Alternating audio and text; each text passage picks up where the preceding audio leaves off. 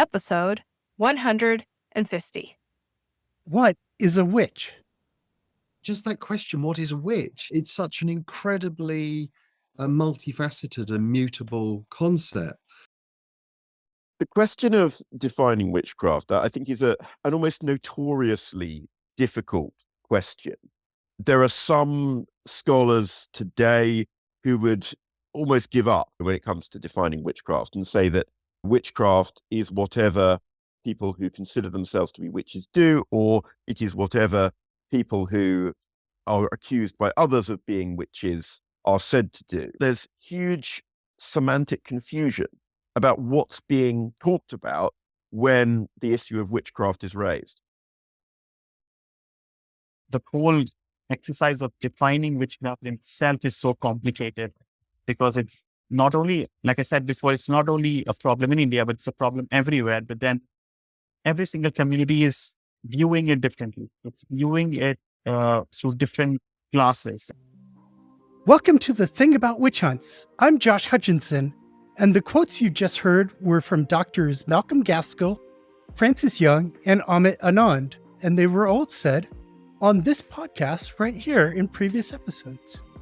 And I'm Sarah Jack. We are descendants of the New England witch trials, and we're human rights advocates.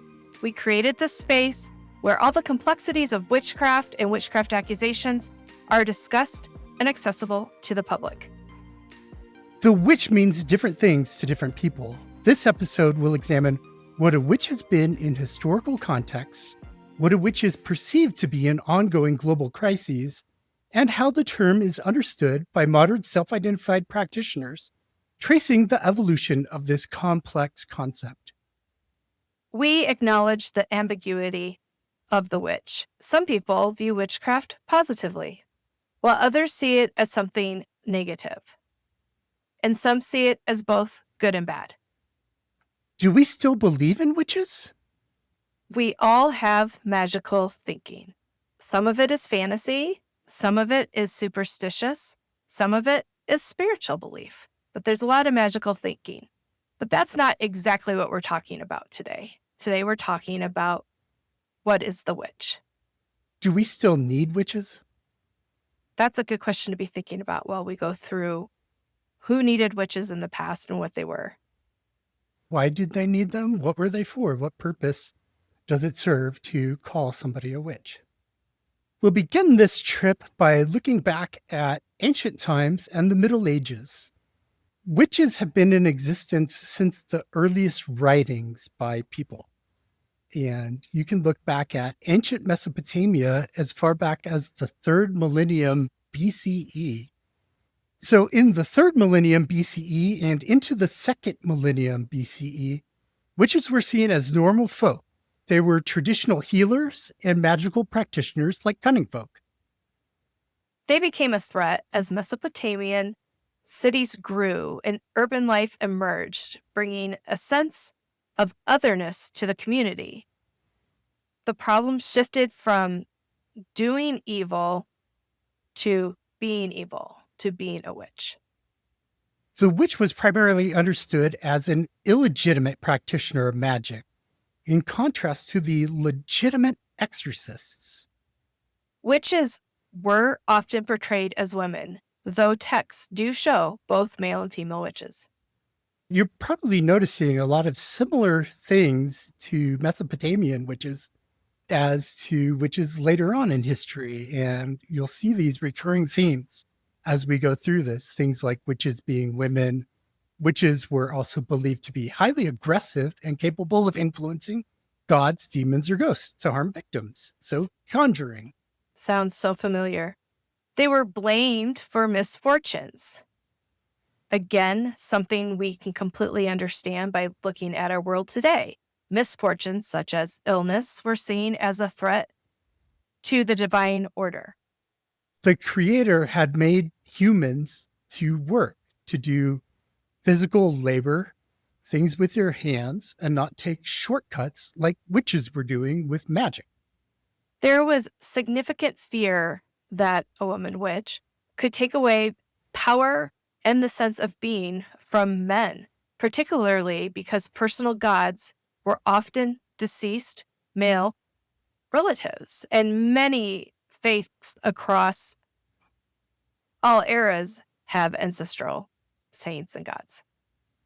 In ancient Mesopotamia, accusations and punishment were often carried out by common folk, including river ordeals, where in this case, drowning signified guilt, not innocence, as we'll see later with the river ordeals. Oh, that is fascinating. So it's a different outcome to a swim test. It's the opposite, and I'd really like to understand what was behind why drowning signified guilt and floating signified innocence, and then that got changed later on. The punishment included practices of burning the witch to purify the victim, indicating the witch was an enemy of the state and inherently evil.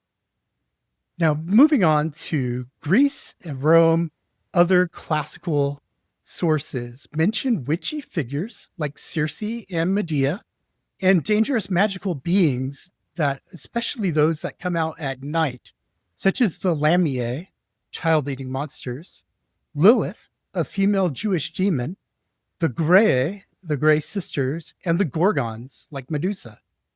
The early theories about playing witches included the notion of dangerous beings out there in the world that fly by night, often taking animal forms like screech owls or bats. Again, here is a fear that many people have today about danger and evil flying through the night. In the classical period, while these figures existed, the direct attachment of this image to actual human women as being witches was more of a literary construct than a seriously held belief in daily life. However, legal repression of magic practices dates back to Roman law, even before Christianity. So there were cases where humans were identified as witches and punished for it. They weren't calling necessarily their neighbor a witch. They were thinking of, oh, the gods created these witches that are powerful creatures. Yeah, but there was limits on magical practices, on what was allowed legally. There was basically, if you were harming people, you could get arrested for that. But if you weren't harming people, you could practice love magic, blessings, charms, cures for diseases, and good luck practices, as well as curses. So basically, the toolkit that cunning folk had in the early modern period and throughout the Middle Ages, it was used by their predecessors back in Roman and Greek times. And those things are still a part of our marketplace today. Yes, and When I say, growing. when I say our, I mean global market for charms and blessings and love. So this magical marketplace has been robust since the beginning of recorded history. And now we'll move on to the early and Middle Ages. So in the early Middle Ages, as we were talking about with the classical period, this kind of carries over.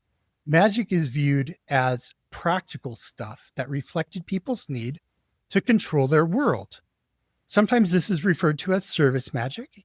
We've done an episode of this podcast with Tabitha Stanmore, where she talks all about service magic in the early modern period. But the things that they did, the list of services, finding lost items, healing, counter magic, unwitching, those are the common services that you find around the world throughout time. In this period, the church's view was skeptical. They generally viewed witchcraft claims in a skeptical fashion, seeing them as imposture. The theological work, Canon Episcopi from 906 CE, stated the belief in witches flying at night was a non-Christian belief. Commerce with demons and night flying were not permissible. The first account of a female witch enlisting the devil appeared in the early 12th century was the story of the Witch of Barclay, which you've heard on here on an episode with Dr. Richard Raiswell. But the Witch of Berkeley was described as a solitary figure, not part of a vast sect, and primarily harmed only herself and not other people. Fun fact, Sarah Jack loves the Witch of Berkeley story so much. I love it. Policy was more interested in behavior rather than defining a person as a witch. So what were their actions? So moving on to the late Middle Ages, beginning in the 12th century and going onwards, the church became increasingly concerned with heresy. And this marked a significant shift in how witches were viewed. Have you noticed that we have mentioned demons, but we have not talked about the devil yet? We have not used the word diabolical. So at this time, the concept of a witch transitioned from a local malefic practitioner to an agent of the devil as part of a vast, secret anti-Christian conspiracy. And this is known as the elaborated conception of witchcraft, or the elaborated theory. This shift was largely fueled by the belief that witches gained their powers directly from Satan through a pact rather than having innate inborn abilities. This demonic pact often involved renouncing God, taking an oath to the devil, and having sexual intercourse with demons or the devil himself. The publication of texts like Heinrich Kramer's Malleus Maleficarum, the Hammer of Witches, at the end of the 15th century played a crucial role in standardizing and disseminating this cumulative conception of witchcraft across Europe. Witchcraft became profoundly gendered. While earlier concepts might have included men, the Malleus Maleficarum notably focused on women as evil-doing women. Maleficarum is a feminine noun for evil witch, asserting they were more susceptible to the devil due to perceived weaknesses like lust, foolishness, and lack of faith, according to Heinrich Kramer. Witches are thought to cause harm, maleficium, to people, children, livestock, and crops. They were also believed to cause misfortune, disease, accidents, or death. And like we pointed out, he standardized this stereotype. Yes. And the printing press fueled getting that out to everybody. That's why we point to that particular book. And at this time, actions believed to be perpetrated by witches included shape-shifting into animals like cats or hares, flying on brooms or other domestic objects.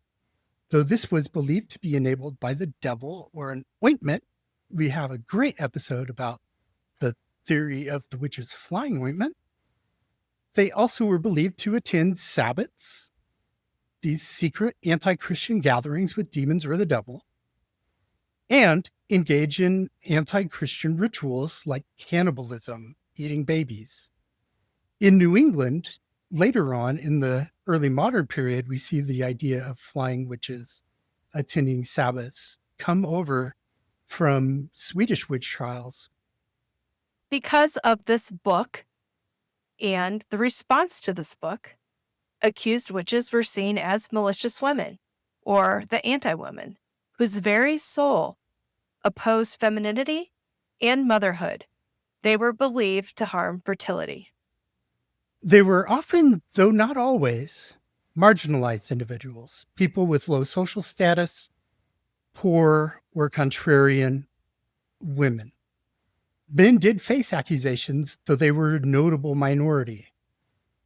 But in a major witch panic, anyone of any gender or social status could be accused. The witch became a useful enemy and a scapegoat for societal fears and misfortunes, especially during times of social stress, religious conflict, and political upheaval. Despite common stereotypes, all accused were actually just ordinary people, unjustly accused, completely innocent of the charges of witchcraft, which were imagined. Confessions were often coerced through torture, including witch pricking, waking, watching, thumbscrews, the boot, and more of the medieval selection of tortures. Cunning folk, cunning persons, wise women, and men, who primarily used magic for beneficial purposes, could still be accused of witchcraft by zealous authorities who saw all magic as diabolical. Now, coming to the period that we spend most of the time on this podcast talking about, the early modern period, let's learn about what the perceptions were of the witch in that context when the witch trials took off. In the witch trial era, the witch was understood as an entirely malign concept. This perception was based on the belief that a person could covenant with the devil to gain power to harm others, to hurt their community, to go against the plan of the patriarchal government and ministers. Like, that's the story that you see in New England. Satan was believed to bestow these powers, having received limited power from God to punish the sinful or test the righteous. I just read today in John Hale's Modest Inquiry where he reflects back and says, remember that time when God let the devil blah, blah, blah? And I want to point out that in the early modern period, really, the elaborated theory of witchcraft was still in place, still was the basis for the witch trials. And works like the Malleus Maleficarum were very influential throughout the entire period of the European witch hunt. All the witch trials were predicated on the witch being in this pact with the devil and being part of this massive conspiracy against both church and state. So you had both religious and secular authorities very frightened about this. And that's why really the witch hunts took off the way that they did. And that's why in Salem and others like it, big witch panics, the question was always, so you were a witch, who else was a witch with you? Because they wanted to unravel this massive plot and had to find all the witches. You couldn't just take the one who had harmed the neighbor. And so the behaviors that were believed to be done by witches were very much the same as those believed throughout the later part of the Middle Ages when this diabolical concept came into play.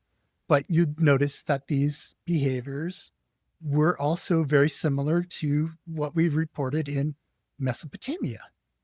There were maleficium, like Sarah mentioned a minute ago, making people ill, killing people, harming livestock, killing crops, causing various misfortunes, bad luck, disease, accidents, death. These were the things that witches were believed to do that were harmful. And in some contexts, there were large witch gatherings. So they would supernaturally fly. The devil would bring them to these gatherings or transport them, give them the power to transport, where they were believed to attend the devil's Sabbath. And so that idea was a continental witch. It became part of New England's belief, but it came right out of Europe contexts. Yeah, that started in the Western Alps in the early 15th century and spread out. And the Malleus Maleficarum really spread it like a wildfire once that printing press. Gutenberg, you did a great thing, but it was used for very sinister purposes. So now I've got mixed emotions about the printing press. Oh, we just, Good thing, bad thing, both. yeah, it's like technology is going to move forward, but what do we do with it? Exactly. People today use cell phones and YouTube and TikTok to spread messages about witchcraft beliefs. And fear and hate, but also for good. Yeah. You had the stereotype, but the actual victims of accusations didn't necessarily always meet those stereotypes. That's a really good point. Let's talk about the appearance of witches in early modern beliefs. Now, this is, of course, the concept of a witch, what a witch is supposed to look like. This isn't talking about what the victims of witch trials looked like or any other qualities, because as we said before, they were innocent people and they weren't diabolical, doing evil deeds against their neighbors. They had a very clear description of who a witch was, but then when you look at who the victims turned out to be, especially in panics where there were multiple accused, you find it could have been anybody that ends up with that label. So the image of what a witch was supposed to look like back then, and you can see this in early modern artworks, you can read about this in books, especially by the skeptics, which were trying to show that the people that were being accused of witchcraft were victims, that they had sometimes some mental illness or a disability, and that caused them to behave a little bit differently, say different things than other people, and they were misunderstood. So that was the skeptical argument. But the prevailing stereotype was a lot like what we have in our Halloween witch today and what you would read in a book like Hansel and Gretel. They were generally women. In the witch trials in Europe, we know 80 to 85% of the victims were women, and a lot of the accused men were related to women who were accused or were otherwise not fulfilling the image that people had of what a man was supposed to be. Somehow they were doing a bad job at being married or raising their kids, something like that. Another aspect of the description of a witch would be identifying a witch. And we know, looking at so many stories, that accused were examined physically for signs of being a witch. And they had physical marks that the examining team, sometimes men, sometimes women, including midwives, they were looking for specific physical marks that were believed to be witch teats. And those were spots where the devil or demons or the witch's evil helper was feeding from them, suckling from them on their witch marks.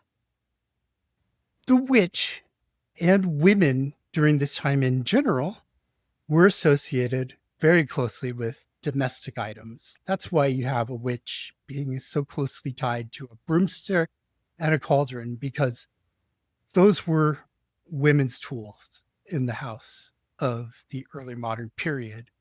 And this became incorporated into the legends of witches, them using broomsticks, cauldrons, other household things. They're making ointments, they're doing the first aid in the neighborhood, that kind of thing that associates with women in the early modern. The witch was also anticipated to be a subversive figure, one who challenged societal norms, religious norms, spoke their minds, or were different in some way.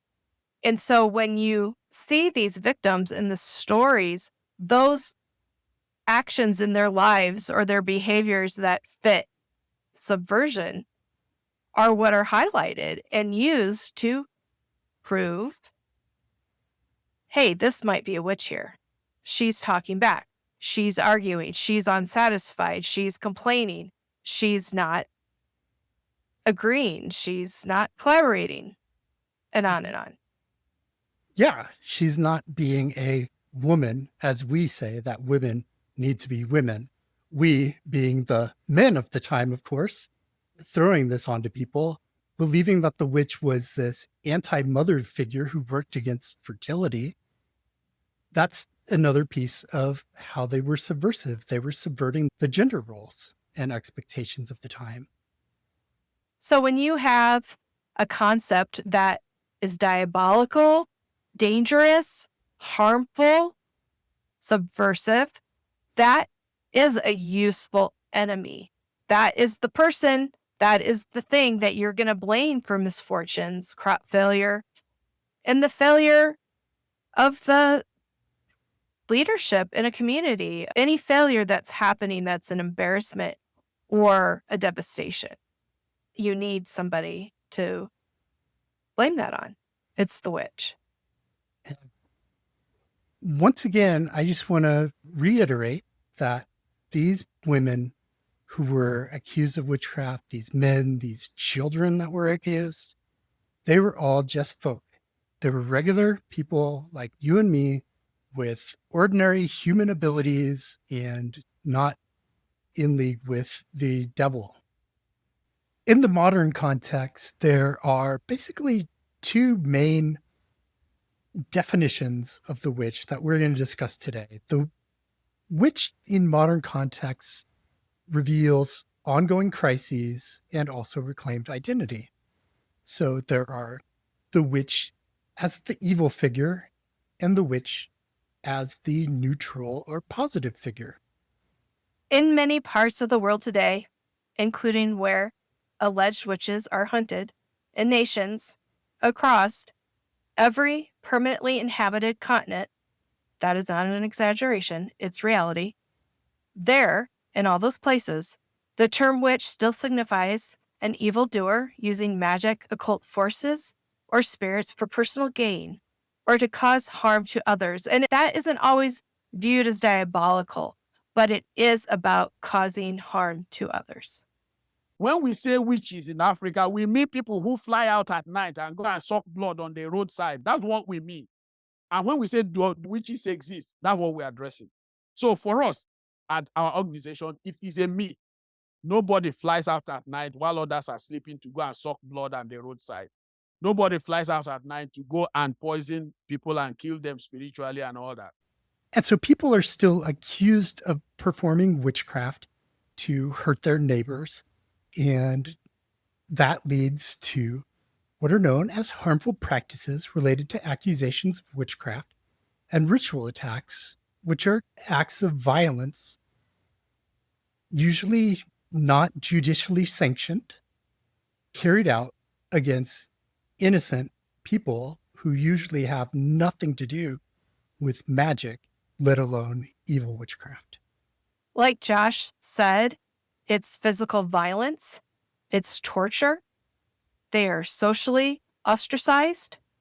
It devastates them economically, psychologically. They are traumatized, and many are dying. Thousands, predominantly women and elderly individuals, are accused, tried, attacked, killed, imprisoned, or banished annually. We see reports of this every single day. We get multiple reports from multiple countries of some kind of attack or harm against someone accused of witchcraft.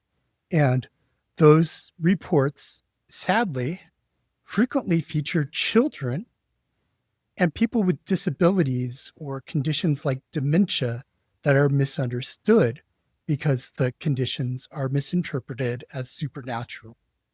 Hopefully, you're recognizing from what we're telling you that the witch hunt mentality, not just figuratively, but actually, the witch hunt mentality is fully alive, and it's not merely a historical reflection. We reflected on the history, but everything that you've learned about what a witch is, that is happening. There is a clear distinction between these ongoing witch hunts, which are prosecutions of people who generally don't practice magic, or if they do it for a positive reason, but they're usually not self-identified witches most of the time. We do recognize that those that identify as witches and have a craft that they practice do experience persecution and are facing religious freedom persecutions. So they're very distinct persecutions that are happening. And a very important report just came out a few days ago about this modern crisis. We'll have a link to that in the show notes so you can get more in depth on what is happening. This report that Josh mentioned is from the International Network Against Witchcraft Accusations. and ritual attacks. The International Network, we call it. The internationalnetwork.org is where you find out about that amazing organization. Lancaster University and the Australian National University looked at the legislative approaches taken across the world to respond to these harmful practices related to accusations of witchcraft and ritual attacks. And that report that just came out is called The Legislative Approaches to Addressing Harmful Practices Related to Witchcraft, Accusations, and Ritual Attacks, a Global Review. It sounds jargony, it sounds academic, but don't be intimidated by how it sounds. The report is really easy to read through and get a perspective of the data. So please do go to our show notes and pull up that report and look at it and keep your eye peeled for if End Witch Hunts nonprofit is cited in there. And also our colleague Mary Bingham has an article that is cited in that report. The good news is that though these horrible things are happening against innocent people, there are organizations working to have legislation and other measures taken to protect people from being accused of witchcraft and attacked. There are organizations like Advocacy for Alleged Witches out of Nigeria, Advocacy Against Witch Hunts out of South Africa. End Witch Hunts is our organization that raises awareness about this. Sarah mentioned the International Network Against Witchcraft Accusations of Ritual Attacks. There's also an international alliance to end witch hunts. And there's Stop Child Witch Accusations. Those are just the tip of the iceberg as far as organizations, but we've done interviews with representatives of all those organizations. So you can go back to our back catalog and review what actions are actually being taken to solve this problem.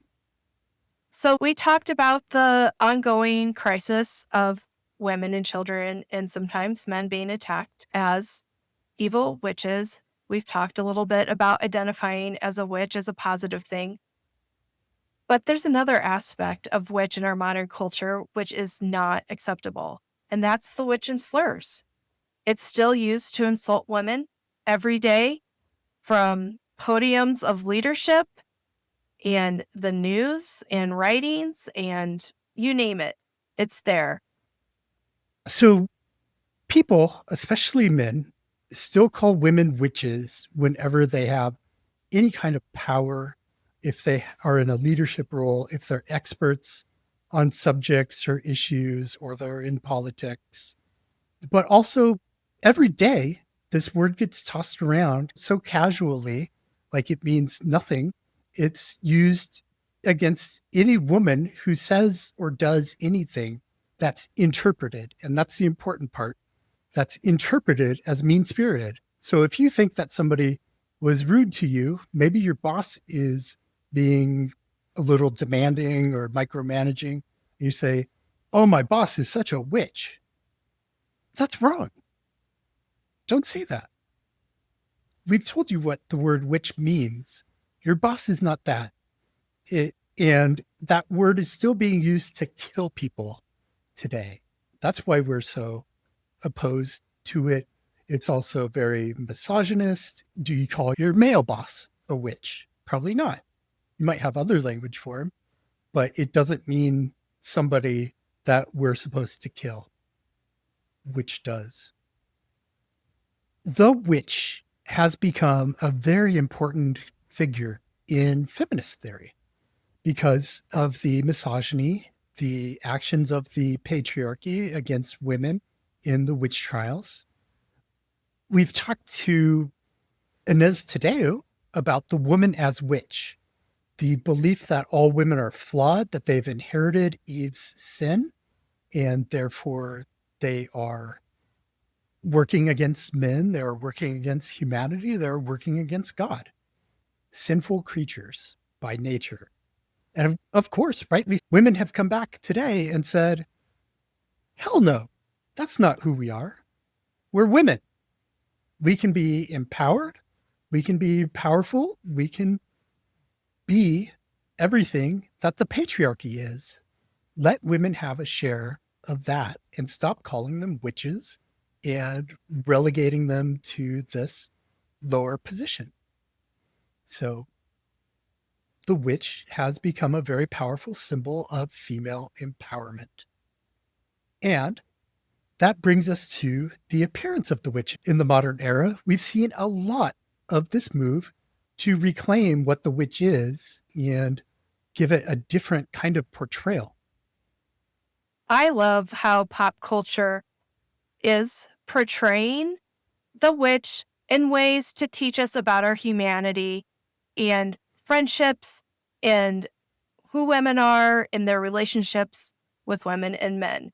And it's been a significant cultural shift. And the clearest example, one that's very fun and I love to bring up, is L. Frank Baum's The Wizard of Oz.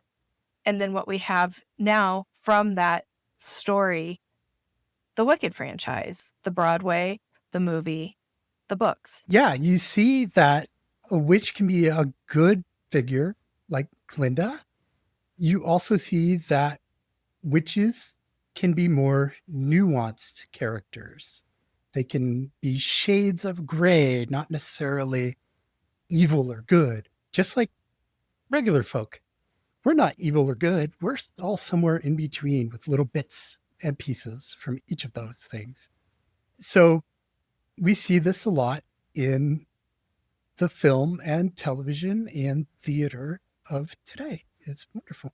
And other programs that came out in the 60s and 70s, especially, but also in the 90s, I call them the zeros, you might call them the naughties or the aughts, whatever, the 2000s. You've seen shows like Bewitched and Sabrina the Teenage Witch, where the witch is portrayed as a good figure that helps people and does nice things with their magic. And you learn a lot of lessons in especially Sabrina the Teenage Witch about the abuse of power and how witches should have ethics. So it's a very nuanced look. And you have things like The Craft, that's a bit of a darker look, Charmed. They're all different looks, but they're showing that witches can be regular folk. Just like the people who were accused of witchcraft, who were totally innocent, were regular folk. But with Charmed and The Craft, you have individuals making decisions for themselves about what kind of choices they're going to make and if they're going to help and harm, putting the power back in their own hands, where with witchcraft accusations, people are being told that they're evil. And I love how things like Wicked, they use the traditional stereotypes. They make use of Elphaba with the black hat, the green face, the pointy nose. It's all part of this old stereotype, but now they're being used to challenge those stereotypes, to show how absurd they are. And you see Glinda the Good, who's all pink and light and happy and airy. And then you see Elphaba making decisions for herself, like Sarah talked about, and being empowered and being a nuanced person who's not totally evil. She's actually doing things for what she believes are good reasons. Now, there is a central location where you can go to the Witch City, Salem, Massachusetts, and you can learn about all kinds of witches. You can learn about the stereotype witches. You can learn about the people accused of witchcraft in the witch trials who had nothing to do with it. Salem in 1692 was a very intolerant place. And the Salem of today goes out of the way to be one of the most tolerant places around. So you can see both the history and you can see the modern interpretations of what witchcraft is and what a witch is to those people who have embraced that religion. And we talk more about Salem witch trials on our other podcast, The Thing About Salem. Listen today. Today we looked at what a witch has been and what it is. And that is because Understanding the diverse and evolving definitions of a witch is crucial for comprehending and combating the ongoing global crisis of witch hunts and for understanding how we interact with each other as a family or as a community, as a world community. Yeah, this crisis of these ongoing witch hunts is driven by fear, which leads people to disregard human dignity and persecute innocent people. So when we're confronted with such fear that is driving us to want to take extreme measures, that's the time we need to apply critical thinking, stop and reason. Really think about things dispassionately for a moment and not rush to judgment or to throw blame on another person for some misfortune that's befallen you. It is your responsibility. It's all of our responsibility to use our agency to end witch hunts. You do have a platform. It may just be bringing it up in conversation at your next social gathering. But if you write, if you speak, if you have a leadership role, if you're creating policy that affects the lives of people, use that platform to promote human dignity and to stop the fear of others. Thank you so much for joining us today on this important episode discussing what a witch has been and what a witch is today. Have a great today and a beautiful tomorrow.